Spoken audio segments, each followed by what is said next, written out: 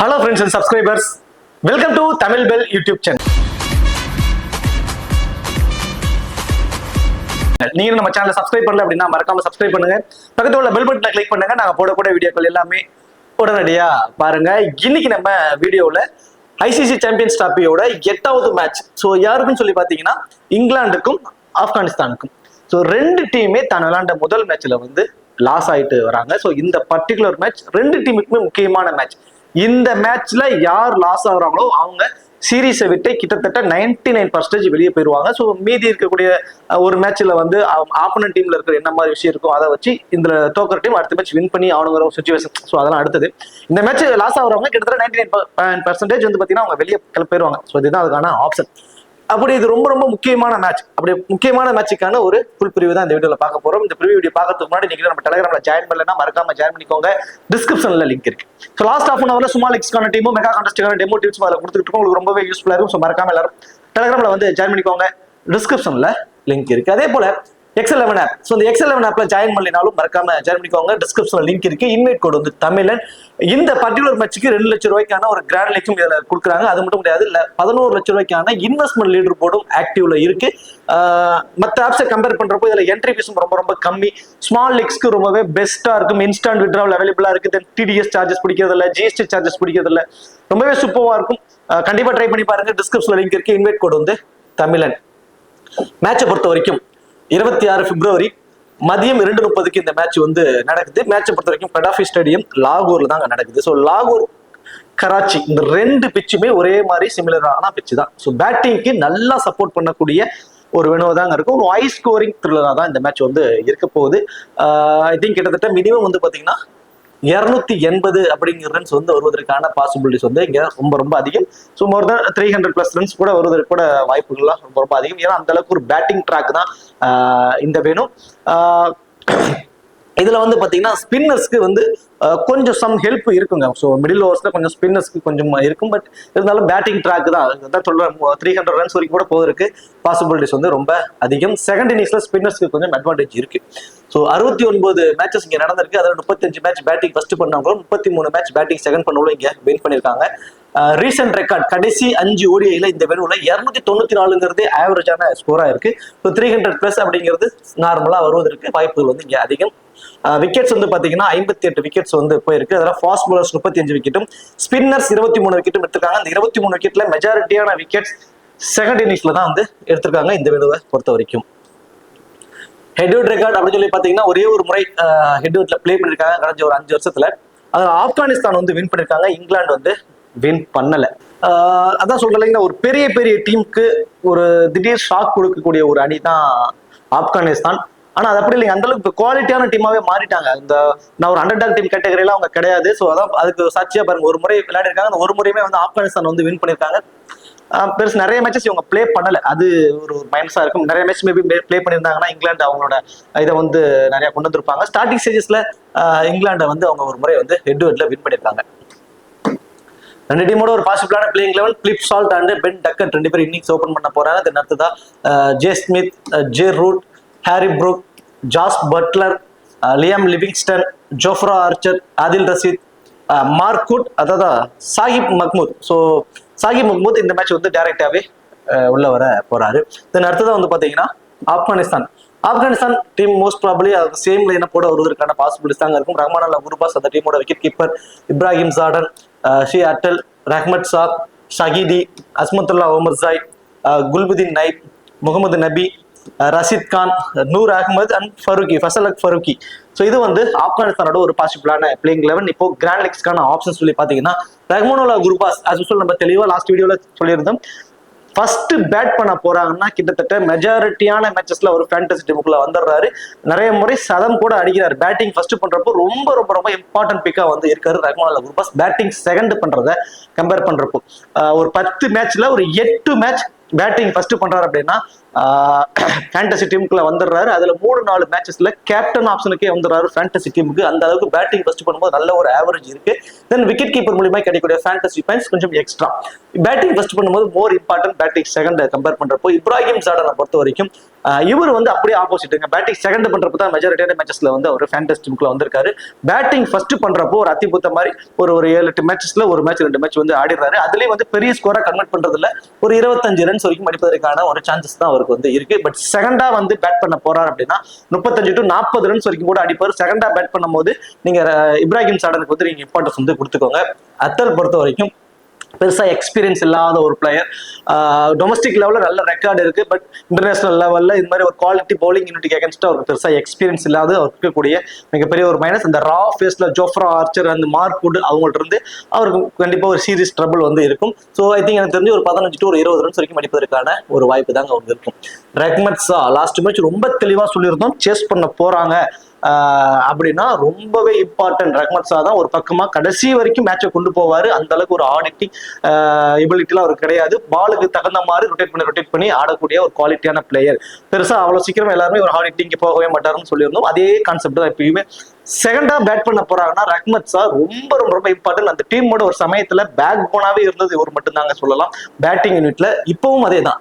Batting second பண்ண போறாங்கன்னா I think 35 to 40 runs வரைக்கும் கூட கொண்டு வருவாரு ரொட்டேட் பண்ணி. பட் பேட்டிங் ஃபர்ஸ்ட் பண்றப்போ அவருக்கு பெருசா ஒரு ஆப்ஷன் இல்லைங்க. ஒரு 15 to 20 ரன்ஸ் வரைக்கும் அடிப்பதற்கான ஒரு வாய்ப்பு தான் இருக்கும். அதிகபட்சம் ஒரு 25 ரன்ஸ் வரைக்கும் அடிப்பாரு. அது ஃபேண்டசி டீம்ல கொண்டு வரதுக்கான பாசிபிலிட்டிஸை கம்மி பண்ணிடும். சகிதியை பொறுத்த வரைக்கும் நீங்க பேட்டிங் ஃபர்ஸ்ட் பண்ண போறப்போ அவங்களுக்கு நீங்க வந்து ஒரு இம்பார்ட்டன்ஸ் வந்து நீங்க கொடுத்து ட்ரை பண்ணி பார்க்கலாம். பேட்டிங் செகண்ட் பண்றதை கம்பேர் பண்றப்போ. ஸோ பேட்டிங் ஃபர்ஸ்ட் பண்றாங்க அப்படின்னா ஆப்போனன்ஸ் டாப் ஆர்டர்ஸ்ல ரஹ்மானுல்லா குர்பாஸ், சகிதி இவங்க 2 பேருமே மேபி ஒரு டிஃபரன்ஷியல் பிக்காவும் இருப்பாங்க, ஒரு இம்பார்ட்டன்ட் பிக்காவும் இருப்பதற்கு பாசிபிலிட்டிஸ் ரொம்ப ரொம்ப அதிகம். ஸோ பேட்டிங் ஃபர்ஸ்ட் பண்ணும்போது 30ல இருந்து ஒரு 35 ரன்ஸ் வரைக்கும் கூட அவர் கொண்டு வருவதற்கு வாய்ப்புகள் ரொம்ப அதிகம். அஸ்மத்துல்லா உமர் சைட் இருந்து 5ல இருந்து 7 ஓவர் வரைக்கும் அவர் போல் பண்றாரு. தென் பேட்டிங் ஃபர்ஸ்ட் பண்றப்போ வந்து பாத்தீங்கன்னா ஐ திங்க் எனக்கு தெரிஞ்சு ஒரு 15 to 25 ரன்ஸ் வரைக்குமே அடிச்சிடுவார். ஏன்னா மிடில் ஆர்டர்ல வராரு அப்படிங்கிறப்போ கொஞ்சம் விக்கெட் ஃப்ளோவா இருந்ததுன்னா கொஞ்சம் ஹோல்டு பண்ணி ஆடுவார். கொஞ்சம் டாப் ஆர்டர்ல கூட ப்ரொமோட் பண்ணுவாங்க. ஒரு நல்ல டீசென்டான ஸ்கோரை கொண்டு போவாரு. ஒரு 25 to 30 ரன் அடிச்சிட்டா கூட தென் அதுக்கப்புறம் அந்த 7 ஓவர் வரைக்குமே போல் பண்றாரு. மினிமம் 5 ஓவர் மேக்ஸிமம் 7 ஓவர் வரைக்கும் போல் பண்றாரு. ஒரு அன்எக்ஸ்பெக்டடான ஒரு விக்கெட் அவரை ஃபேண்டசி டீம்ல அழகா கொண்டு போய் உட்கார வச்சிடும். ஸோ அஸ்மத்துல்லா உமர் தான் எனக்கு தெரிஞ்சு ஃபர்ஸ்ட் பேட் பண்ணும்போது ரொம்பவே இம்பார்ட்டன்ட் இருக்காரு. எனக்கு தெரிஞ்சு அவர் ஃபர்ஸ்ட் போல் பண்றப்பதாங்க ரொம்ப ரொம்ப இம்பார்ட்டன்ட். டெத் ஓவர்ஸ்ல அவருக்கு போலிங் ஆப்ஷன்ஸ் கொடுப்பாங்க. இப்போ இந்த குல்புதீன் நைப் மேல ரொம்ப நம்பிக்கை வைக்கிறாங்க. வெறும் ரொம்ப ரொம்ப என்ன சொல்றது வேகமே இல்லாத ஒரு போல் ஒரு 125 128ல போறாரு. அவருக்கு அதிகப்படியான ஓவர்ஸை கொடுக்குறாங்க. ஸோ அது எந்த ஸ்ட்ராட்டஜி அவங்க பயன்படுத்துறாங்கன்னே தெரியல. அது இல்லாம ரஷீத் கானுக்குலாம் வந்து பாத்தீங்கன்னா இன்சியல் ஓவர்ஸ்லேயே வந்து ஓவர்ஸை கொடுத்து அவர் அப்படியே ஹோல்டு பண்றாங்க. ஸோ அது ரொம்ப மிஸ்டேக்ஸ் பண்றாங்கன்னு நினைக்கிறேன். ஸோ மிடில் ஓவர்ஸ்ல விக்கெட்ஸ் ஒரு மாதிரி அவங்க வந்து ஸ்டாண்ட் பண்ணி ஆடுறாங்க. டாப் ஆர்டர்ல விக்கெட்ஸ் விழுந்துருச்சு. ஒரு மாதிரி ஸ்டாண்ட் பண்ணி ஆடுறப்போ ரஷீத் கானுக்கு கொடுத்தாங்க அப்படின்னா அவர் ஓவரை பார்த்து தான் ஆடுவாங்க. அவர் விக்கெட் கிடைக்கலாம் சான்சஸே இல்லை. தென் அப்புறம் கடைசி சமயத்துல அவங்க பால் ரொம்ப நேரம் நின்றுட்டாங்கன்னா பால் ரொம்ப பெருசா தெரியும், ஈஸியா அடிச்சுட்டு போயிருவாங்க. ஸோ இந்த ஒரு கான்செப்டே இல்லாம ரஷீத் கானுக்கு நிறைய ஓவர்ஸை முன்னாடியே கொடுத்து ஒரு விக்கெட் இல்லாமையும் போயிடுது. தென் விக்கெட் ஃப்ளோவையுமே விக்கெட் ஃப்ளோவே ஆக மாட்டேங்குது. ஸோ அந்த மாதிரி ஒரு நிறைய மிஸ்டேக்ஸ் பண்றாங்க. இந்த குல்புதீன் நைப் நடுவில் வந்து ஓவர் கொடுத்து 125 வேகம் அதிகபட்சம் 130 வேகத்துல தான் போல் பண்றாரு. விக்கெட்ஸ் பெருசா அவருக்கு கிடைக்கல. ஸோ இந்த மாதிரி ஆப்ஷன்ஸ் இருக்கும்போது யாருக்கு பாதிக்குதுன்னா அஸ்மத்துல்லா உமர் சைடு ஓவர்ஸ்ல பாதிக்கிறாரு. டெத் ஓவர்ஸ்ல அவர் போல் பண்றாரு. அதெல்லாம் வந்து மாறுது. ஸோ அப்போ அவருக்கு விக்கெட் டேக்கிங் ஆப்ஷன்ஸும் கம்மியாகுது. லாஸ்ட் மேட்ச் ரொம்ப பவர் பிளேல போல் பண்ணாரு. அதுக்கப்புறம் அப்படியே ஹோல்டு பண்ணிட்டாங்க. அஸ்மத்துல்லா உமர் சைக்கு பெருசா விக்கெட்ஸ் எதுவுமே கிடைக்கல. இந்த மேட்ச்மே அதனால நம்ம ஆப்ஷன்ஸ் மாத்திரும். பேட்டிங் ஃபர்ஸ்ட் பண்ண போறாங்கன்னா ஒரு 35 ரன்ஸ் வரைக்கும் அடிப்பாரு. தென் அடுத்து ஒரு மினிமம் 5 ஓவர் போல் பண்றாருல அதுல ஒரு விக்கெட் கிடைச்சிட்டா கூட ஒரு ஃபேண்டசி டீம்ல வருவதற்கான வாய்ப்பை வந்து கொண்டு வந்துடுறாரு. அப்போ டாப் ஆர்டர்ல ரஹ்மானுல்லா குர்பாஸ், தென் அஸ்துல்லா சாகிதி, அஸ்மத்துல்லா உமர் சைத் இந்த 3 பேருமே ரொம்ப இம்பார்ட்டன்ட். இதுல ரஹ்மானுல்லா குர்பாஸ், அஸ்மத்துல்லா உமர் சைத் இந்த 2 பேருமே டபுள் ஆப்ஷன்ஸ் இருக்கக்கூடியவங்கள ரொம்பவே முக்கியமானவங்களா இருப்பாங்க. குல்புதீன் நைப் ஒரு மோஸ்ட் அண்டர்ரேட்டட் பிளேயருங்க பேட்டிங்ல. பவுலிங்ல வந்து அதை நம்ம சொல்ற மாதிரி தான் கொஞ்சம் ஸ்லோவா தான் போடுவார். பெருசா அவர்கிட்ட வந்து வேகம்லாம் எதிர்பார்க்க முடியாது. எப்பயாவது ஒரு சில விக்கெட் வந்து விழுகும். ஆனா பேட்டிங்ல ரொம்ப ரொம்ப ரொம்ப அண்டர்ரேட்டட் பிளேயர் இவர். கண்டிப்பா நீங்க அத்தல எடுத்துட்டு ரஹ்மத் ஷா 1 டவுன் ஆட வச்சு Gulbuddin Naib 2nd down 3rd டவுன்ல ஆட வச்சாங்கன்னா டாப் 6மே ரொம்பவே சூப்பர்வா இருக்கும். அந்த அளவுக்கு ஒரு குவாலிட்டியான ஒரு பிளேயர் தான். பேட்டிங்ல நல்ல டொமஸ்டிக் லெவல் ரெக்கார்ட்ஸ் ரொம்பவே சூப்பர்வா இருக்கு. இன்டர்நேஷனல் மேட்சஸ்லயுமே அவருக்கு சப்போஸ் 5-6 விக்கெட் யாரையில வந்து இவர் ஒரு பக்கமா கடைசி வரைக்கும் மேட்சை கொண்டு போவார். குவாலிட்டி இன்டென்ட் உள்ளவர் தான் பேட்டிங்ல. நல்ல ஒரு ஹார்ட் ஹிட்டர், பவர் ஹிட்டர் தான். பட் பவுலிங்ல அந்த அளவுக்கு பெருசா ஃபேஸ் இல்லை. ஆனா ஓவர் அதிகமா கொடுக்குறாங்க. அது பாக்குறப்போ ஐ திங்க் எனக்கு தெரிஞ்சு இந்த மேட்சும் வந்து மினிமம் 5ல இருந்து ஒரு 6 ஓவர் வரைக்கும் அவர் போல் பண்றாரு. ஸோ கிட்டத்தட்ட குல்புதீன் நைப் அண்ட் அஸ்மத்துல்லா உமர் ரெண்டு பேரும் சேர்ந்து ஒரு 13-14 ஓவர் வரைக்குமே போல் பண்ணிடுறாங்க. ஸோ அப்படிங்கிறப்போ ஒரு விக்கெட் எடுத்துட்டு தென் பேட்டிங்ல வந்து ஒரு 15-20 ரன் அடிச்சாங்கன்னாவே அந்த ஃபேண்டஸ் டீம்ல அழகா வந்து உட்காந்துக்குவாங்க. ஸோ குல்புதீன் நைப் அந்த மாதிரியான ஒரு கேட்டகரியான பிளேயர். முகமது நபி ஆப்போனன்ட் டீம்ல இருக்கக்கூடிய ஆப்ஷன்ஸ் ஃபர்ஸ்ட் நம்ம பார்த்துருவோம். பென் டக்கட் அப்படிங்கிற ஒரே ஒரு லெஃப்ட் ஹேண்டர் தான். ஸோ இன்சியலா பவர் பிளேஸ்ல வந்து ஒரு 4ல இருந்து ஒரு 5 ஓவர் வரைக்கும் கொடுப்பாங்க. அப்படி இல்லைன்னா பென் டக்கட் ஏர்லியராகவே விக்கெட்டை விட்டுட்டாருன்னு வச்சுக்கோமே, அவருக்கு ஓவரை கூட கொடுக்க மாட்டாங்க. அப்ப இவரோட ஃபேண்டசி வேல்யூ பவுலிங்ல இந்த மேட்ச் வந்து கம்மியாக போகுது. ஆப்பனர் இருக்கக்கூடிய ஒரு ஆப்ஷன்ஸ் எல்லாம் வச்சு பாக்குறப்போ அப்போ ரஷீத் கான் அவரோட 10 over, Noor Ahmad last match 10 over போடல. ஸோ அதனால இந்த மேட்ச் 10 ஓவர், ஃபசல் ஃபருக்கி அவரோட 10 ஓவரை போல் பண்ணிடுவாரு. லைக் அஸ்மத்துல்லா உமர் கிட்ட நம்ம மினிமம் 6 மேக்சிமம் 8 ஓவர் வரைக்கும் இந்த மேட்சுக்கான வாய்ப்பு இருக்கு. குல்புதீன் நைப் அப்படி பாக்குறப்போ அவரும் வந்து பாத்தீங்கன்னா ஒரு 7ல இருந்து 8 ஓவர் வரைக்கும் போல் பண்ணிடுவாரு. முகமது நபிட்டு இருந்து ஒரு 4 ஓவர் தான். லாஸ்ட் மேட்ச் 10 ஓவருமே போல் பண்ணாரு.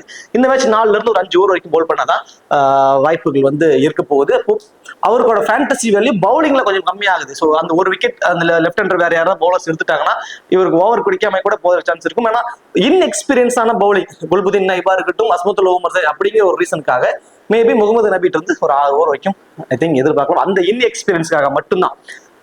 லெஃப்ட் ஹேண்டர்ஸ் இல்ல, அந்த லெஃப்ட் ஹேண்டருக்காக பவுலிங் ஆப்ஷன்ஸ் கொடுப்பாங்களாங்கிறதுலாம் ரொம்பவே கஷ்டம். ரஷீத் கான் 10, நூர் அகமது 10, ஃபசல் ஃபருக்கி 10, 3 பேருமே இந்த 10 ஓவரை பவுல் பண்ணிடுவாங்க. இதுல ரஷீத் கான் பேட்டிங் வந்து ஃபர்ஸ்ட் பண்ண போறாரு அப்படின்னா மினிமம் வந்து பேட்டிங்ல வந்து ஒரு 20ல இருந்து ஒரு 25 ரன்ஸ் வரைக்கும் அடிப்பாரு. செகண்டா போல் பண்ணும்போது ஆஸ் யூஸ்வல் ஸ்பின்னர்ஸ்ல அவங்க கொஞ்சம் வீக் இங்கிலாந்து டீம். அது இல்லாம செகண்டா போல் பண்றப்போ கொஞ்சம் பால் டர்னும் ஆகுங்கிற மாதிரி பிச் ரிப்போர்ட்ல சொல்லியிருக்காங்க. செகண்ட் இன்னிங்ஸ்ல ஸ்பின்னர்ஸ் கொஞ்சம் மெஜாரிட்டியான விக்கெட்ஸ் எடுத்திருக்காங்க அப்படிங்கிற மாதிரி இருக்குங்கிறதுனால நம்ம வந்து பாத்தீங்கன்னா மினிமம் ஒரு விக்கெட் அப்படிங்கிற ஒரு கான்செப்ட் வச்சுக்கிட்டா கூட ஒரு விக்கெட்டுக்கு 25 ஃபேண்டசி பாயிண்ட்ஸ், அந்த 25 ரன் சப்போஸ் அடிச்சிட்டாருன்னா பவுண்டரிஸ்ல ட்ரீட் பண்ணி அடிச்சாருன்னா ஃபேண்டசி டீம்ல ஸோ ட்ரீம் லெவன் வந்து பாத்தீங்கன்னா கிட்டத்தட்ட ஒரு 45ல இருந்து ஒரு 50 ஃபேண்டசி பாயிண்ட்ஸ் வரைக்குமே வந்துடும். ஸோ இப்படி எல்லாம் நம்ம கால்குலேட் பண்ணோம்னா ஒரு 75 ஃபேண்டசி பாயிண்ட்ஸ் வரைக்குமே வர பாசிபிலிட்டிஸ் ரொம்ப ரொம்ப ரொம்ப அதிகம். ரஷீத் கானுக்கு ஃபர்ஸ்ட் பேட் பண்ண போறாரு அப்படின்னா ஃபர்ஸ்ட் பவுல் பண்ணாலுமே அந்த கான்செப்ட்டுக்கு வந்துருவாரு. இந்த மேட்ச்ல கண்டிப்பா 2 விக்கெட்டும் எடுத்துருவாரு. தென் பேட்டிங்ல கண்டிப்பா ஒரு பெரிய ஸ்கோர் போயிடும் இங்கிலாந்து. திரும்ப இவர் வந்து ஆட வரப்ப இது அடிச்சிடும். அப்போ போத் இன்னிங்ஸ்லுமே 75 to 80 ஃபேண்டசி பாயிண்ட்ஸ் வரைக்கும் வர வாய்ப்பு ரொம்ப அதிகம் தான் ரஷீத் கானை பொறுத்த வரைக்கும். நூர் அகமது லாஸ்ட் மேட்ச் அவரை சரியாவே பயன்படுத்தலன்னு தான் எனக்கு தோணுது. ஆனா டெத் ஓவர்ஸ்ல கூட ஒரு சில ஓவர்ஸ் கொடுத்தாங்க. பட் இன்சியல் எனக்கு தெரிஞ்ச வரைக்கும் நூர் அகமது கொஞ்சம் ஸ்டார்டிங் டைம்ல வந்து ஓவர்ஸ் எல்லாம் கொடுத்துட்டு ஸ்லாக் ஓவர்ஸ்ல வந்து நம்ம ரஷீத் கானை கொடுக்குறப்போ ரஷீத் கான் பால் அடிக்க போனாவே அவங்க விக்கெட்டை விட்டுருவாங்க. ஸோ ஸ்டார்டிங்லேயே கொடுக்குறப்போ அவரோட ஓவர் அடிக்க போறதே இல்லை. அப்போ சிங்கிள்ஸ் ரொட்டேட் பண்ணி ஆடுறாங்க. கடைசி கட்டத்துல மற்றவங்க ஓவர் எல்லாமே பிரிச்சு எடுத்துறாங்க. ஸோ அங்கதான் மைனஸ் பண்றாங்க எனக்கு தோணுது. ஐ திங்க் நூர் அகமது இந்த மேட்ச் போத் இன்னிங்ஸ்லயுமே 2 விக்கெட் வரைக்கும் எடுப்பாருங்க. ரொம்ப ரொம்ப ரொம்ப இம்பார்ட்டன்ட் பிக் தான். ஃபசல் ஃபருக்கி போத் இன்னிங்ஸ்லயுமே ஒரு விக்கெட் வரைக்கும் எடுப்பாரு. அப்ப இந்த டீமை பொறுத்த வரைக்கும் நூர் அகமது, ரஷீத் கான், ரஹ்மானுல்லா குருபாஸ் அண்ட் அஸ்மத்துல்லா உமர் இந்த 4 பேருமே ரொம்ப ரொம்ப இம்பார்ட்டன்ட். எக்ஸ்ட்ரா ஆப்ஷனா பேட்டிங் ஃபர்ஸ்ட் பண்ணும்போது அஸ்துல்லா சாகிடி அண்ட் முகமது நபி, அந்த இன்எக்ஸ்பீரியன்ஸான குல்புதீன் நைபுக்கு பதிலாக முகமது நபிக்கு வந்து ஒரு 5ல இருந்து ஒரு 6 ஓவர் வரைக்கும் கொடுப்பாங்க. ஒரு பேட்டிங்ல வந்தாலும் ஒரு 20 ரன்ஸ் வரைக்கும் அடிப்பார். ஸோ அப்ப இந்த 6 பேருமே பேட்டிங் ஃபர்ஸ்ட் பண்ணும்போது ரொம்பவே இம்பார்ட்டன்டா இருப்பாங்க. ஸோ அதுவே பேட்டிங் செகண்ட் பண்ண போறாங்கன்னா சயீதிக்கு பதில் நீங்க ரஹ்மத் ஷாவுக்கு வந்து கொண்டு போயிட்டீங்கன்னா இந்த 6 பேருமே உங்க டீமுக்கு வந்து ரொம்ப இம்பார்ட்டன்ட் பிக்ஸா வந்து இருப்பாங்க.